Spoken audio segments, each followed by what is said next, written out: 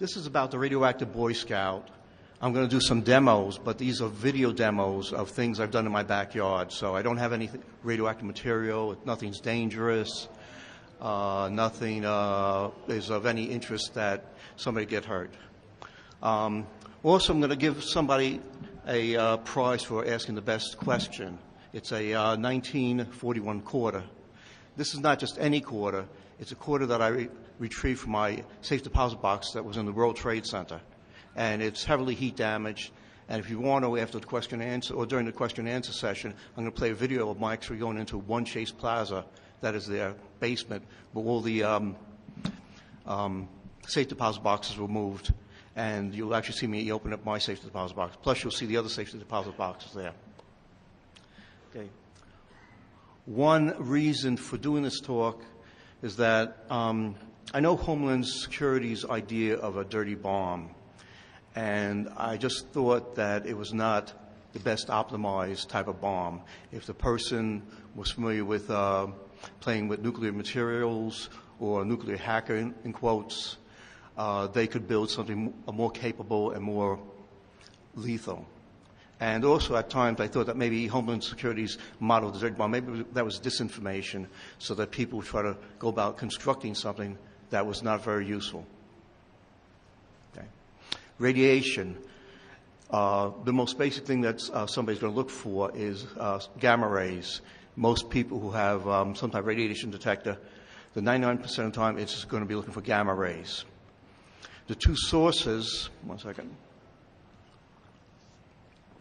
For a dirty bomb, the two most likely sources are cesium-137 or cobalt-60, basically orphan type of nodules where these materials are sealed in with a stainless steel, some type of stainless steel housing.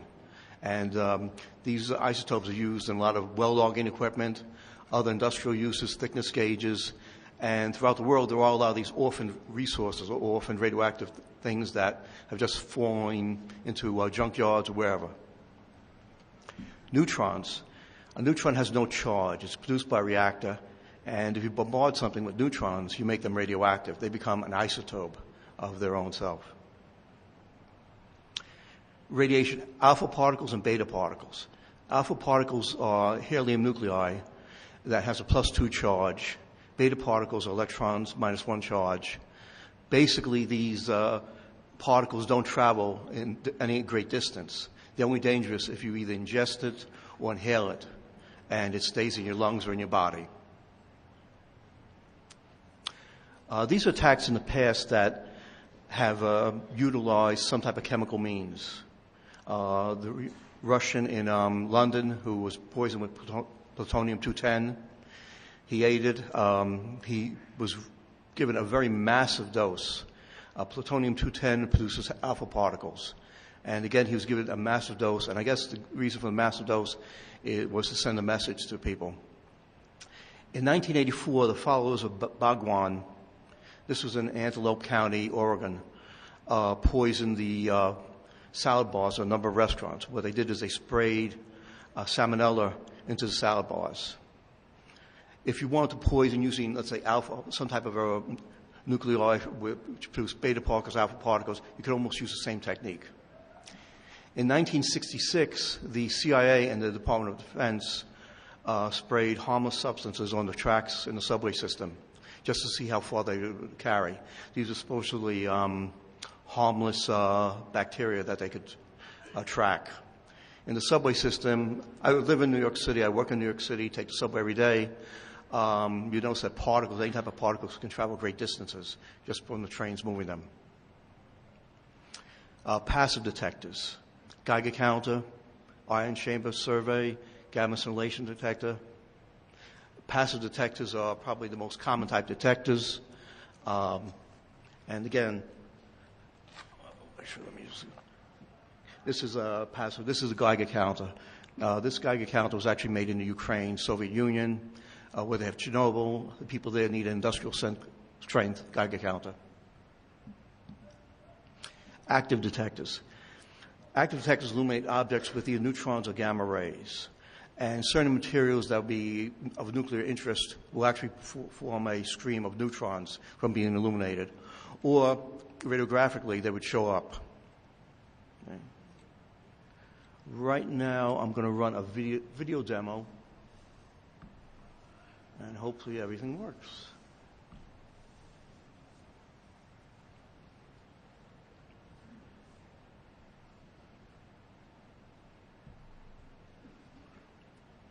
Okay, this is the first video demo. That's an old-fashioned 1964 Civil Defense Geiger counter. The other side, you see this little yellow thing, which is also a Geiger counter, and this is much more sensitive. And what I'm going to do is, that's a probe that's sensitive to gamma rays. I'm going to open up the probe, and the probe will also be sensitive to beta particles, beta rays. And on these old-fashioned type of... Can everybody hear the counting? Okay, good. On these old-fashioned probes, they also have a check source on the side, which is a beta source.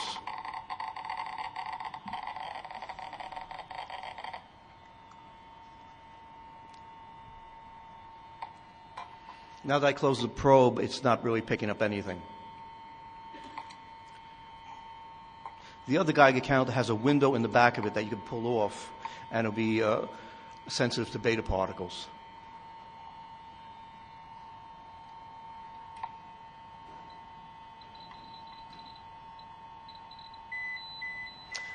This Geiger counter also has an alarm when you go over 0.30 microsieverts, which I guess in the Russian Federation is the highest level of contamination you can have in a residential house. It tells you that by it tells you that by the alarm going off. This, by the way, on the internet is about $150, maybe $200. And it's probably one of the better type of detectors for personal use.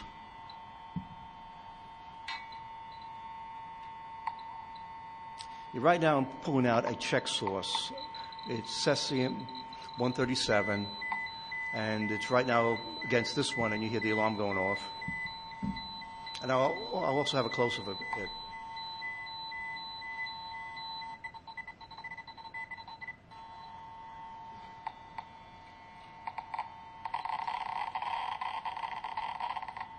And it is pretty hot.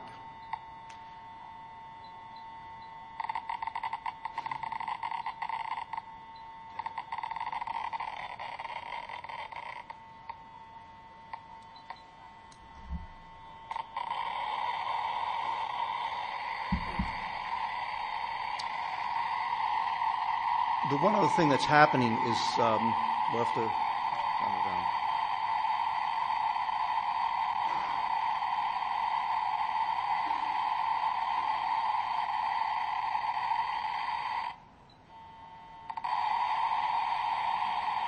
I'm detecting both the gamma rays from the cesium and the beta particles from the cesium with the probe open. One other thing that was hard to notice is that Geiger counters generally pick up they're designed for low-level radiation, and they can saturate. If the radioactive source is that hot, they can saturate, and after the needle pins, it could go back and forth or fluctuate. And it doesn't mean that it's safe. It means you should get out of there. And I have a close-up of that source, that cesium-137. It's 5 microcuries of cesium-137. If that source was more than 10 microcuries, I'd need a license to have it, but it's only 5 microcuries, and these sources are available from, this one came from Spectron Techniques, but the sources are available from a number of different nuclear laboratories. Right now I have 2 minerals of uranium. I have a green mineral on the right. Is that your right? Well, I have a green mineral, it's torbanite, and radioactively it's pretty hot. Then I have another one, which is sort of brownish, smaller one, that's betafied. It's not really that hot radioactively.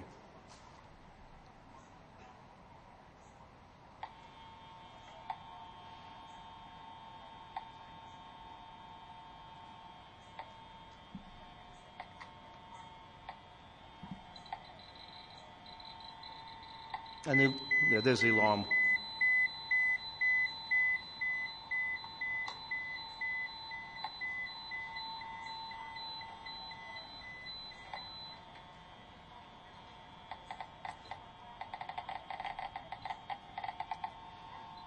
Yeah, I'm opening up the probe now. So takes over the gamma rays of the beta.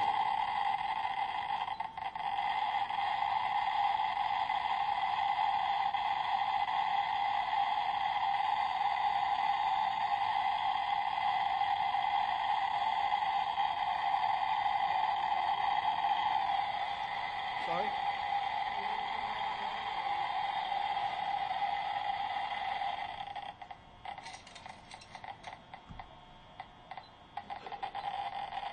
Yeah, the beta fight is much less radioactive.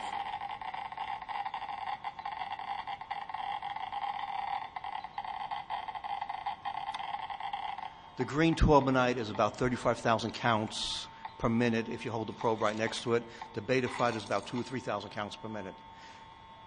It's really not, even though one mineral seems to be physically a lot larger than the other one, it's not related to the mineral size.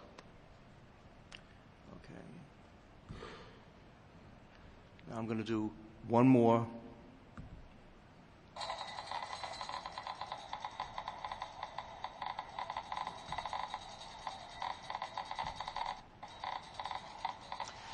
This is the 1964 Civil Defense Geiger counter, and I have it on top of a lead sheet. The sheet's about 1/8 of an inch thick to show just the effect of shielding. And this is unshielding from gamma rays. If it was neutrons, I would use something with a material composed of like hydrogen. But this shows one of the effects of shielding.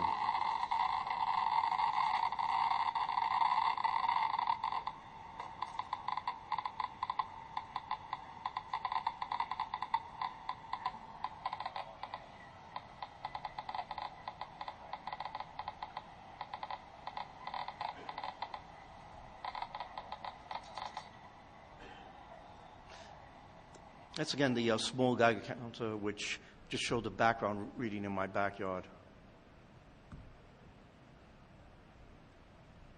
Okay, let me go read that.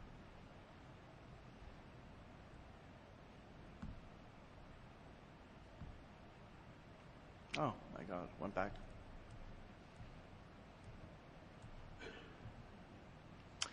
Okay, the radioactive Boy Scout, his name was David Hahn. He lived in a suburb of Detroit. He was a Boy Scout. He wanted to earn his Atomic Energy Merit Badge. He was a great social engineer. He called himself Professor Hahn, and he wrote away to a number of different societies and groups to obtain information. He wrote away to the Czech Republic samples of uranite and pitch blend. He said he was a professor physics instructor. He conned some government officials. He received a reply from 1 out of every 5 letters. He was about 16, 17. 94, 95. He also learned from government sources that beryllium produces neutrons. It produces neutrons if you bombard it with alpha particles. Also, if you bombard it with gamma rays, it'll produce some neutrons too. Okay. He had a number of chemistry books. He did a lot of experimentation in his backyard and in his shed. He had the Golden Book of Chemistry, and he got a great many experiments from that. He developed his own gunpowder, nitric acid, and yellow cake. Yellow cake is the first type of refinement. If you get uranium ore and you pulverize it and mix it with a number of chemicals to precipitate out the uranium, you'll end up producing yellow cake. So that's the first type of ore type of product that you receive. And it's also something that you would really consider toxic or an EPA type of a problem, somebody producing yellow cake. Right now, there are a lot of people in the country doing that, producing yellow cake. But nobody knows where they are or who's doing it. The only reason why I know are just questions that are answered on forums or questions asked on forums that deal with radioactivity. So you can sort of sniff out and figure out what different people are doing. He wanted to build a breeder-type reactor, something that would solve the energy crisis. And he's a very persistent person. Hold on. He wanted to obtain uranium-235, which is fissionable, or whatever he could obtain. And he found that uranium-235 or plutonium was hard to obtain, but thorium and thorium from lantern models, the old type of lantern models, was somewhat easy to obtain. And he got copious amounts of mantles. One of the first things that he was working on is the neutron gun. A neutron gun basically is a type of device that produces neutrons, and it can transmute, not transmute elements, but make elements radioactive. So when you increase the number of neutrons in the nucleus, it's the same element, but it's radioactive. It's not as stable. One of his sources for neutrons, or one of his sources for alpha particles to use to bombard beryllium and aluminum with, was the mercurium-241 that's found in smoke detectors. And it's just like a little button source. I should have brought a picture of it, but I forgot. He calculated that he needs at least 100 detectors to produce a large enough stream of alpha particles to produce neutrons. He also was able to come across a large stash of radium.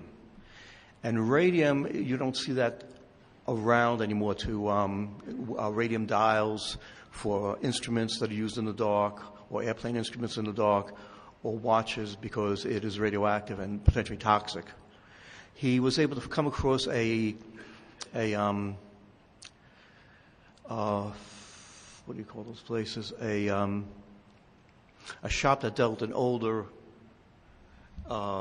furniture, clocks, things. I'm going to say an artifact shop. I guess an antique shop. Sorry, antique shop.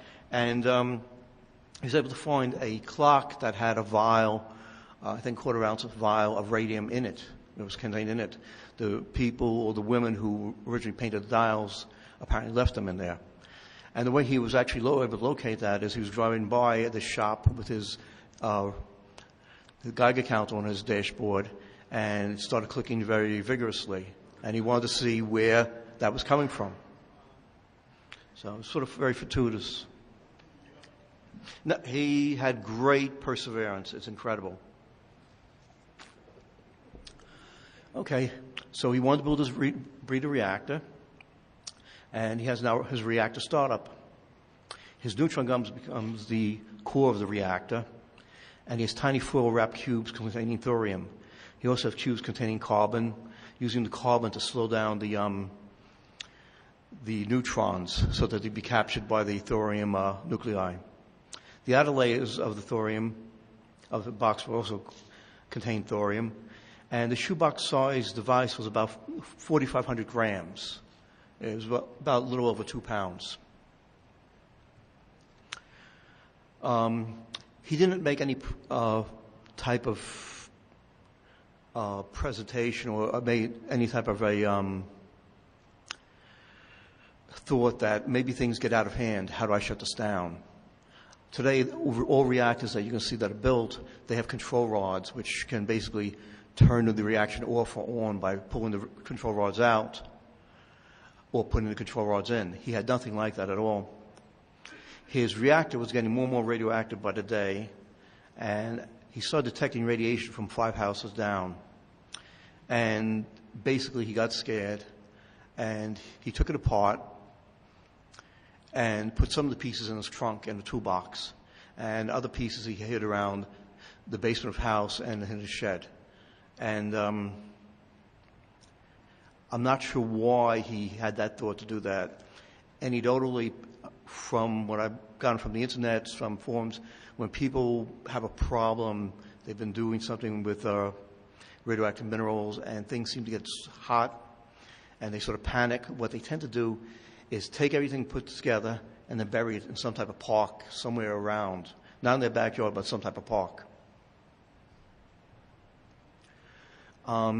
There's one interesting aspect about David's uranium engine, and it's that the Nazis were also experimenting during World War II with uranium engines or reactor-type devices. And if you look in 2 books, The Virus House, which relates to Nazi work with radioactive materials, and Hitler's Uranium Club, you see some parallels between the work that he did and where the Nazi scientists were going. Also, if you look at some of the sources, you realize that the Nazis were also trying to produce some type of a dirty bomb, something that they could drop where it would perform, it would just be a type of cancer type device, something that would produce cancers. What I think today, again, he was a hobbyist. I don't think he's doing anything now. I did try to contact him a number of times with telephone and email, and I got no response. I don't even know if I got the right person. I think worldwide there's probably 3 to 5 people who have some type of reactor type device that they have running. It's something that produces neutrons, something that is getting hotter radioactively day by day. It's not a real reactor. It's more of a public health product or public health concern than something that being a terrorist type concern. I think today you could build something like what he built, and you can make tremendous improvements in the design. What we don't know the neutron flux of his device. We don't know any of the gamma ray values. All of his notebooks he burned. He was afraid when he took everything apart that maybe he had a real problem there. Maybe the authorities were coming after him. He just burned everything and tried to eliminate any type of tracks. The EPA, or the Michigan EPA, eventually cleaned up the site. And what happened is he packed up the red toolbox in his trunk of his car. And the day after that, he was in some type of a neighborhood at around 2 a.m., and the police were investigating the break-ins that they had in the neighborhood. And they asked him what he was doing, and he didn't give the police a good answer. So the police checked his car. They checked the trunk, and they saw a lot of strange things in the trunk. And they asked him about the red toolbox. And he said, well, don't touch it. It's radioactive. Hey. So, which is not the right response. But this was 1994, 95. That was an era when people were not sensitive about these things. So they arrested him. They put him in the police station. They towed his car to police headquarters. They were potentially afraid that maybe he had an atomic bomb, which, why would you tow to police headquarters? Why don't you tow it to a pistol range, a rifle range someplace? And they got other people, other authorities, including the EPA, the NRC, other authorities, to take a look into this matter. And ultimately, David wasn't arrested, but they did go back and forth with his parents a number of times. Of course, today, if you do this, I think you're going to be in a lot of trouble.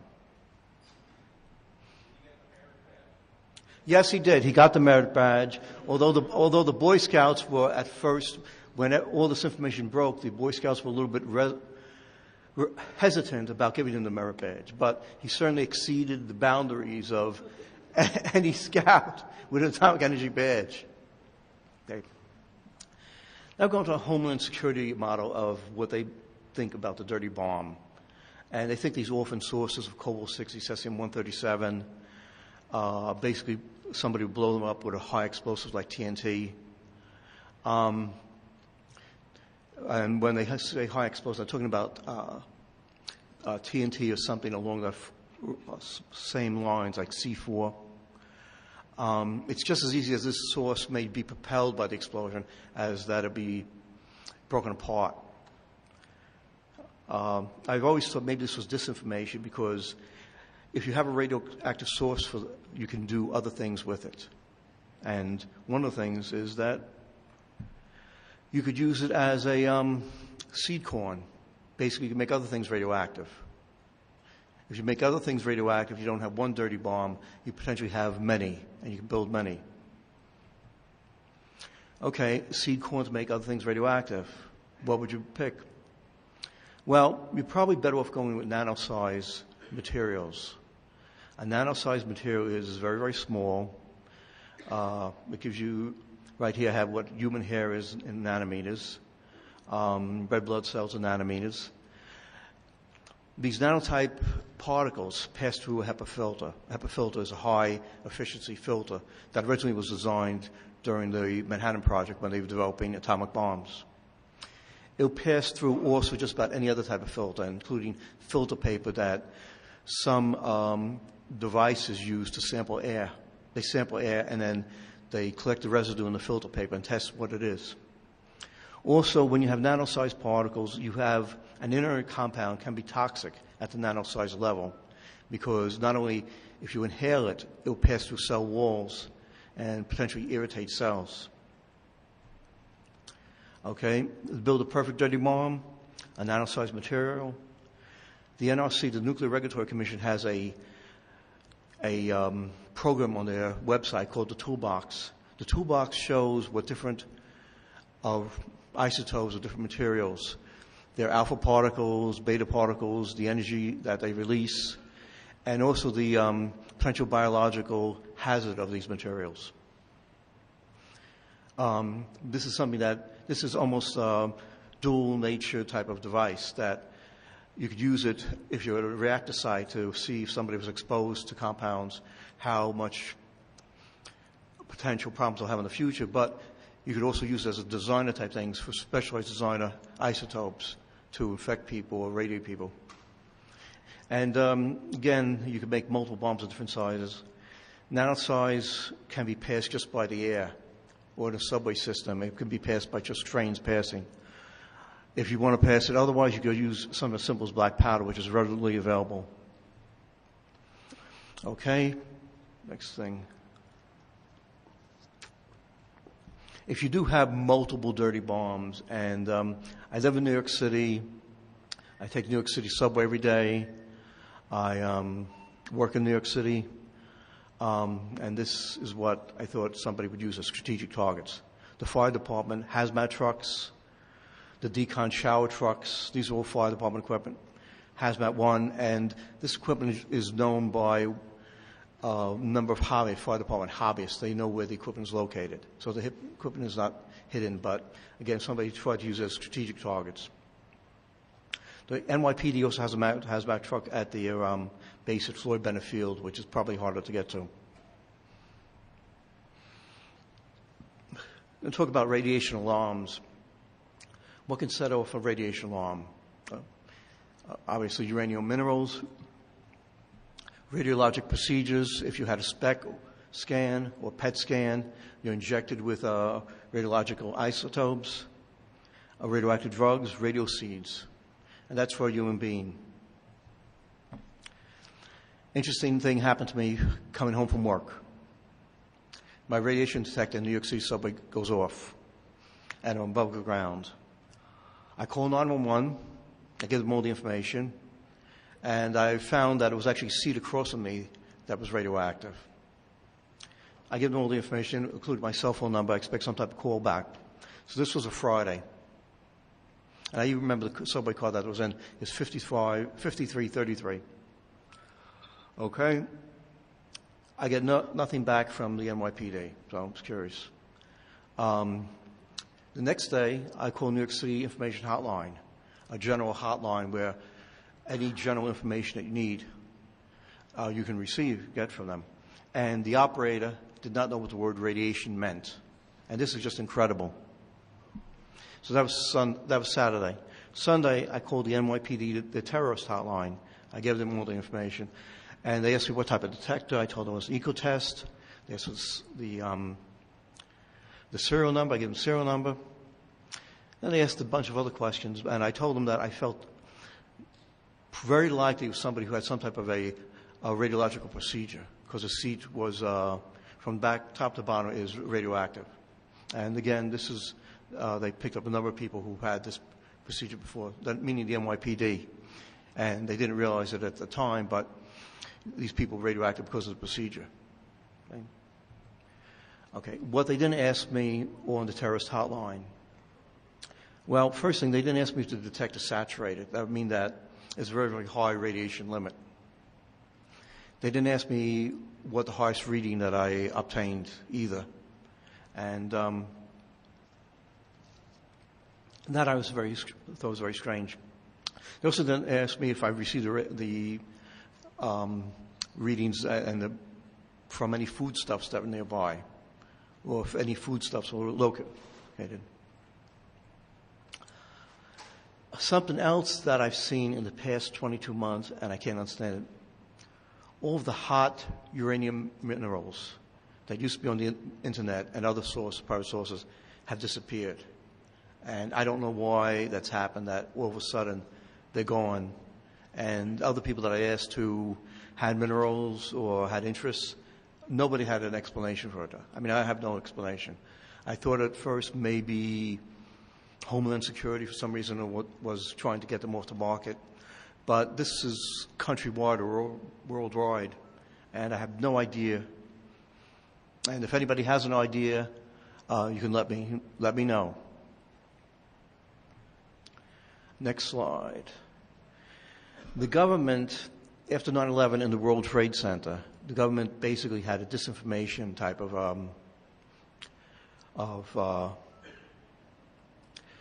know if you call it their policy, but it was a policy that the World Trade Center was safe to go back to, that the hazmat workers and the other workers can work there without any type of negative health aspects. The government says it's safe, but what happens if a very media-savvy terrorist says it isn't? What happens if somebody launches some type of attack where it may be difficult to obtain information that there was an attack and has a disinformation type, basically a disinformation type of policy. And one last time, one last slide. If hypothetically terrorists, the Homeland Security has this 10-kiloton bomb, hypothetical bomb that terrorists could set off. Hypothetically, if they did have this type of bomb, what they probably would do is salt it. And by salting it, they put in cobalt or cesium or zinc where they have a much longer half-life and that the area would remain radioactive much longer. And, people would not be able to return to that area. Also, these would be picked up by the air, and the people downwind would have a high incidence of cancer.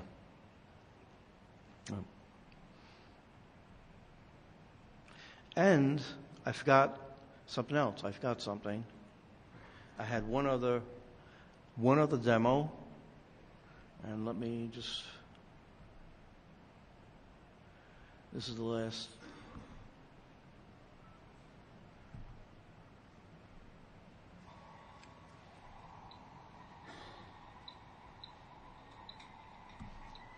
This is the background radiation in my backyard, 0.08, 0.09. Microsieverts. I'm taking the back off of the detector. So I can also, not only gamma rays, I can also record beta particles.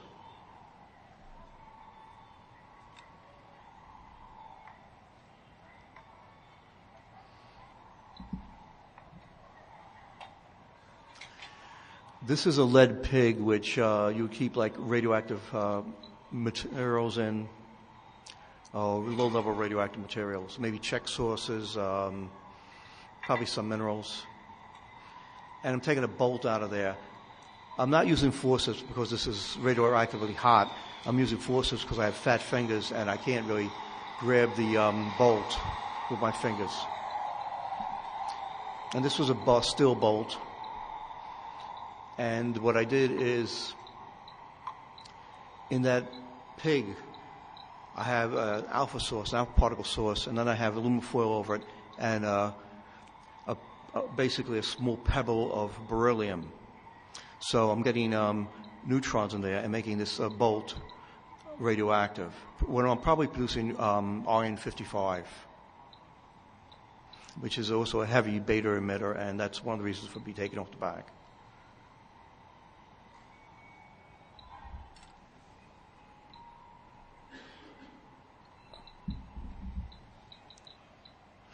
It has one side that's more, one side that's more radioactive than the other side. So now it's over the limit.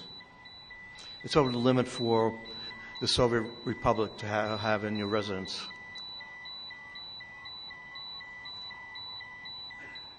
Actually, there's a side of it that's actually much more radioactive than that, but this is just like a demonstration.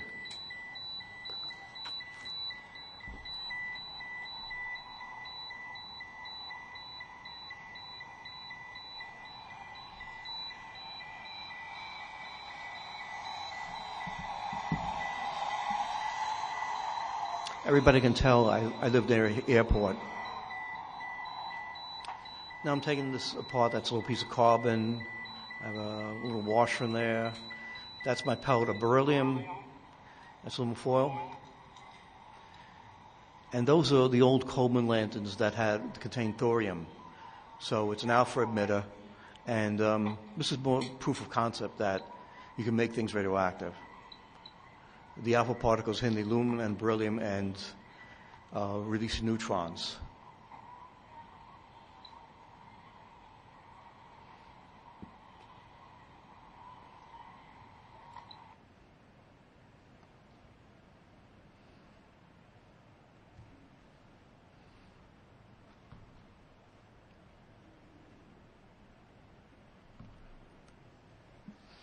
I don't know, any questions?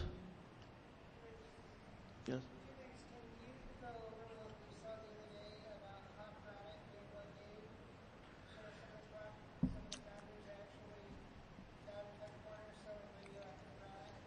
Granite, all granite is radioactive. It contains a certain amount of uranium. Uranium's not an uncommon mineral. And if you go into Manhattan, which is part of Manhattan is radioactive, not radioactive, but there is granite in Manhattan, you'll pick up readings. I had another video or demo that I was going to do. My father just had granite steps put in on his porch, and I went out to there, and it was pretty hot. It was like, it should have been 0.08 on this detector, and it was like 0.20. A lot of people getting granite or granite type of tabletops or granite type of kitchen areas. Yes? I read about him about 4 or 5 years ago, and I was just sort of amazed. And then, I was also interested in radioactive minerals and collecting them, and it came up on some forums. Yeah.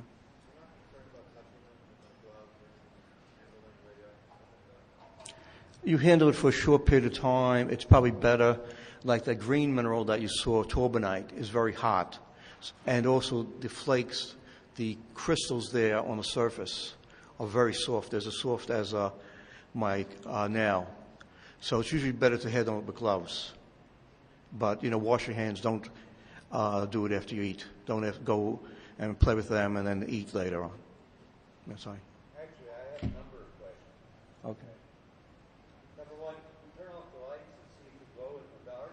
No, I don't glow. I don't glow in the dark. Number two, your idea of irradiating things in the 100 nanometer range, is that? Yes. Doesn't that pose some interesting possibilities? In terms of a dirty bomb, rather than having a dirty bomb, could we spray it out into the air? Yeah.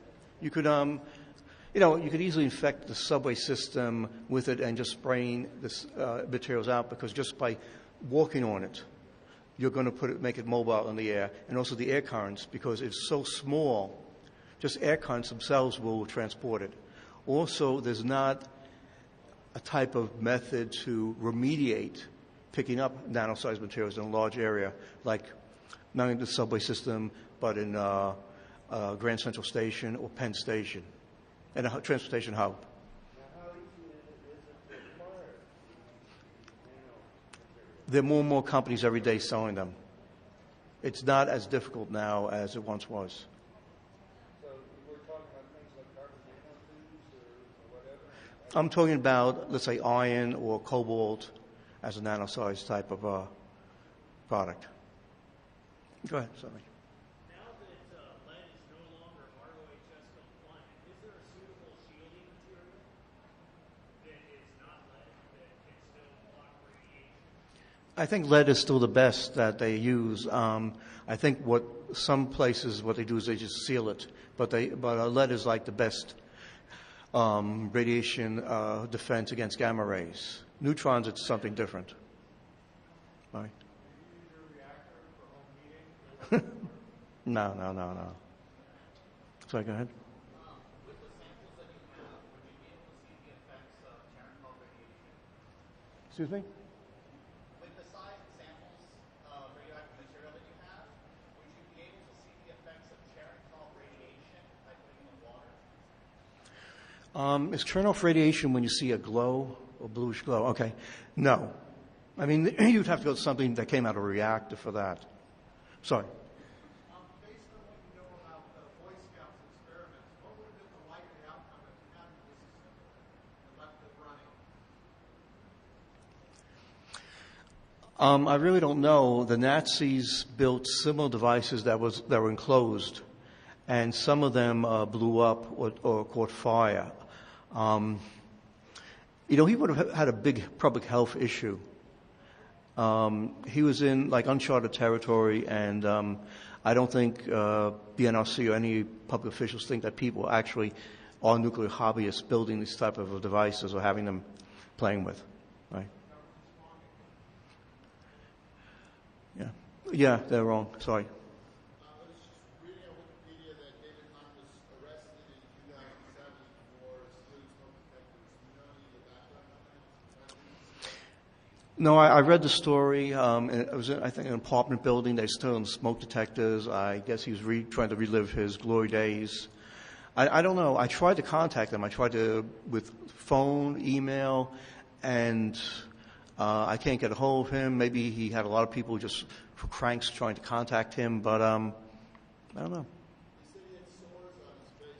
You think that's probably... The radiation. Well, thorium is toxic, and he dealt with a lot of toxic materials, and he was heavily exposed there for a number of years. Also, the particle, he did use a mask when he tried to do these things, but some of these particles are very small, so you don't know what's in his body. Yeah.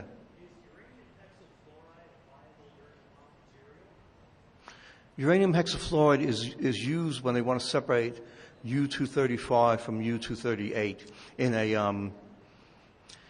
a centrifuge. I thought anything with fluorium or compounded fluorium is very dangerous because fluorium is the most reactive of the elements. I don't know if uranium fluoride, hexafluoride is dangerous because the only people who have access to it are government people or people in specialized labs. So I wouldn't want to be around it. If it's highly corrosive, it's corrosive to you. But, yeah. One other thing, the bolt that I made radioactive, you could touch it, feel it, and everything else. It's not a problem.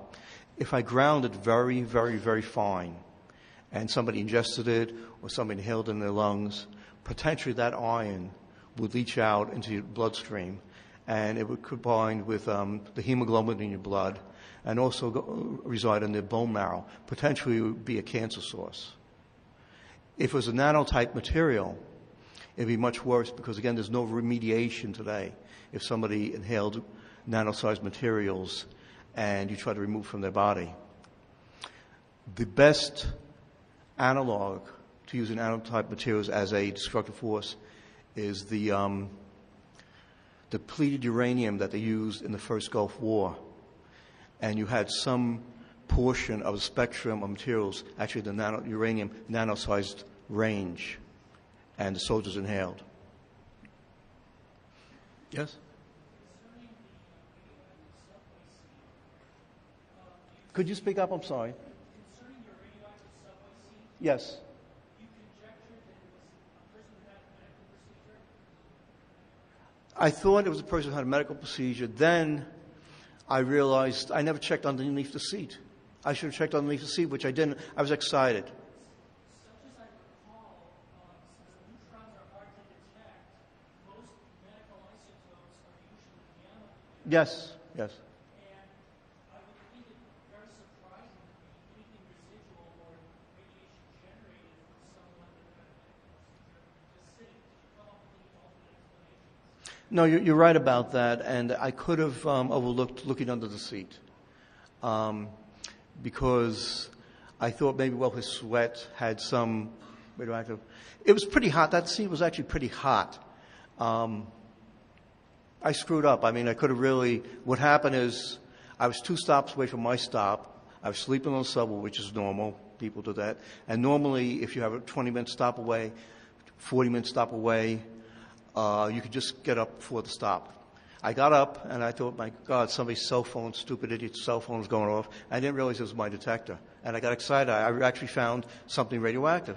And actually, they probably thought I was crazy on the subway because I was standing up and going like this to try to figure out where it was, and there was a seat across from me.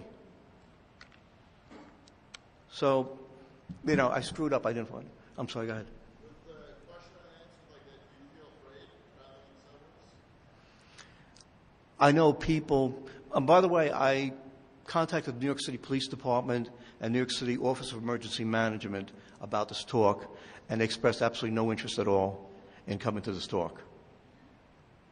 And do I feel, I don't think that what they're doing, I guess they're doing the best they can, the New York City Police Department. I guess they listen to Homeland Security, which, I don't know. I mean, I could make a much more lethal, dirty bomb than they could ever come up with. But, yeah. I'm sorry, go ahead. What type of battery life do you get on your portable detector? I don't know because I only had it about 6 or 7 months. It's on all the time, by the way. And if I had a radioactive source, I could show you that it would go off. So this basically is a dosimeter too.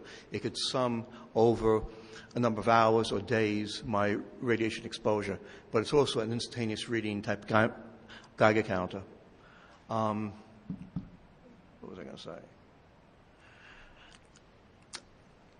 I'm sorry, yes?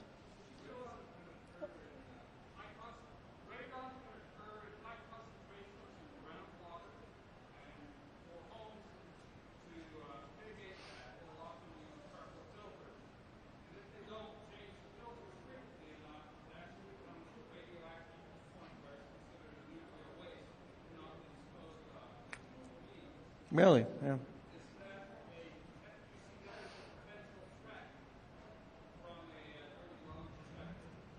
I mean, somebody could try using it that way. I don't think the Department of Homeland Security is that very creative in thinking about how to build things. Let me just give you a perspective. Somebody who's a hacker utilizes the materials that they have at hand, and usually you don't have a lot of money, so you have to be very resourceful. Like this kid, David Hahn, was very resourceful. If you're a government bureaucrat working for the Department of Homeland Security, you have a big budget. You don't have to think about how to make things work for the smallest amount of money. You don't think of all the possible materials to use. You certainly wouldn't think that, hey, if somebody irradiated nanotype materials and deposited in the New York City subway system or Penn Station or Grand Central Station, how would I detect it? How would things happen? Which would be very difficult to detect.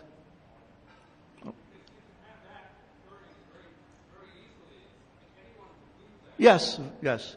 I don't have a great deal of faith that they're doing the best. I think they're doing the best they can, but I don't think they're as creative to understand what is doable. I mean, they did not realize what was doable when David Hahn put his thing together. I'm sorry.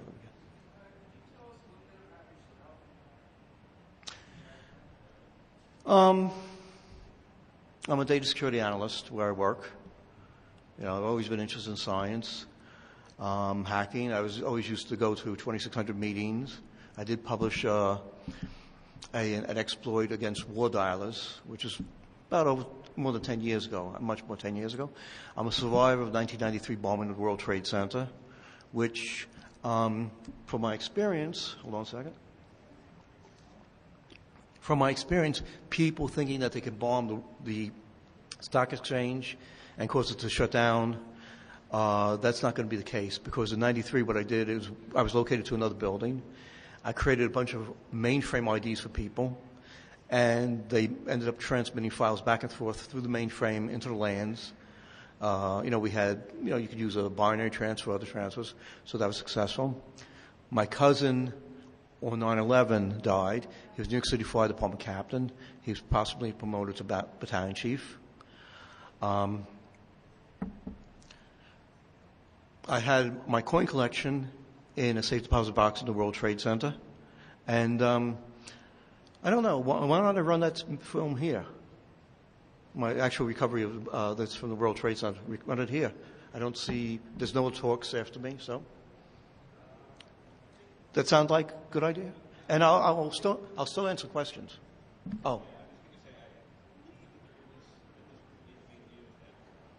It is being used.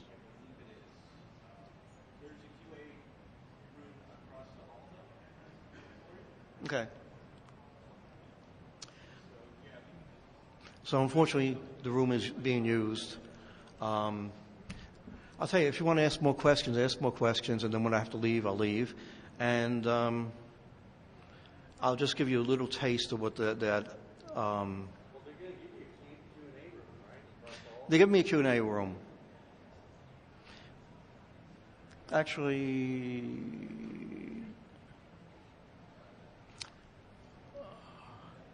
I guess, tell you what, why don't I move over to the Q&A room? So anybody wants to ask more questions? Anybody wants to see that film or that DVD of my recovery? Yes?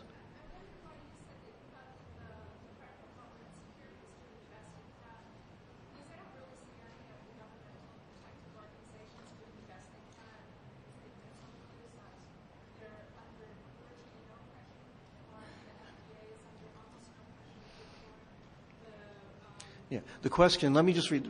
The question was, why should I think the Department of Homeland Security is doing the best they can? And I have a very easy answer for that, and you're not going to like the answer. The answer is I'm a coward, and the government seems to go after people who make waves. The government seems to have picked a number of people, like in the anthrax, this Dr. Hatfield, this other guy. Then there was this professor up in New York State who was a professor of art, and he used bacteria cultures as a form of artistic expression, and the government investigated him, the FBI, for a number of times. So I'm a coward. No, I'll tell you the reason why. I'm fighting. I have other reasons. I'm 54 years old, so I work at a place where you don't have young people, the old people. A survivor of cancer. I have an autistic son. So I'm a coward. I just gotta, if they say, I'm serious. So, tell you what, I'll shut this down. We'll go across. I'll play the film of my recovery. And if you want, if we only have a couple of people, pass around the quarter. It's that they don't really have any creativity. They don't know how to build things on a small, and they seem to think, the government seems to think in their big picture, the people that they're going to catch are very, very stupid. And so far, the people that they did catch and went to trial were very, very stupid. I mean, they couldn't, honestly, the people that they caught, they couldn't make a good cup of instant coffee, yet alone run a cappuccino machine.